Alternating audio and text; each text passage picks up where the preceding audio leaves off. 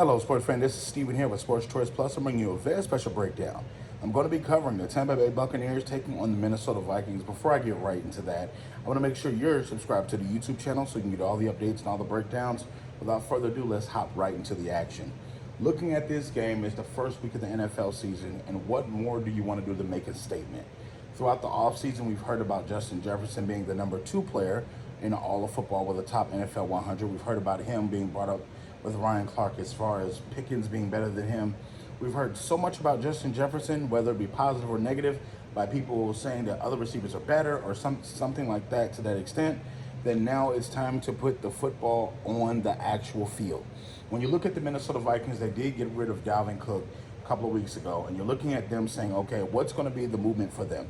What's going to be the big thing for this team, and how are they going to bounce back and move forward? Well, one of the biggest things is leaning on Justin Jefferson. You look at that offensive core, they have improved the wide receiver by the draft and also free agency. You're looking at Kirk Cousins having a plethora of wide receivers to go to now, and the loss of Adam Thielen doesn't look that big now. You're looking in question, Dalvin Cook's replacement may look good right now. So when they're playing the Tampa Bay Buccaneers, you got to think, Tampa has Baker Mayfield, and he wants to get paid. He's going to go out there for Tampa and try to put his best foot forward.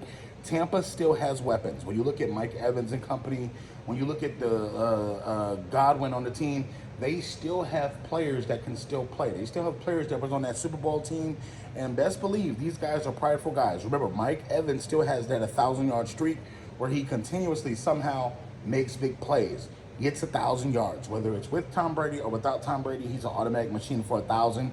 And he's probably the only player to ever do that like that in history. So you're looking, of course, at this being which wide receiver core is going to win, because essentially this is what's going to make this game what it is. I feel like the passing game for either team is going to dictate what goes on. If Kirk Cousins plays this game like I think he probably will, which will be close to the vest, he's going to have to let this thing rip. He's got wide receivers all over the place that can make plays. That offensive line scares me for Minnesota. It also scares me for Tampa. So it's a toss-up there. When you're thinking about who's the better quarterback in this matchup, I have to go with Kirk Cousins in this one. Even though Baker Mayfield has showed flashes in the pans that he can get the job done here and there, it hasn't been consistent the last couple of years.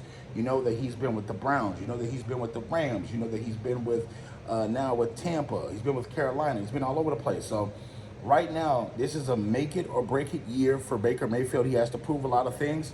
So I'm trusting more in Kirk Cousins. There's not a lot of pressure on him to get this win, but I think this is going to be the first win in a big season for Minnesota.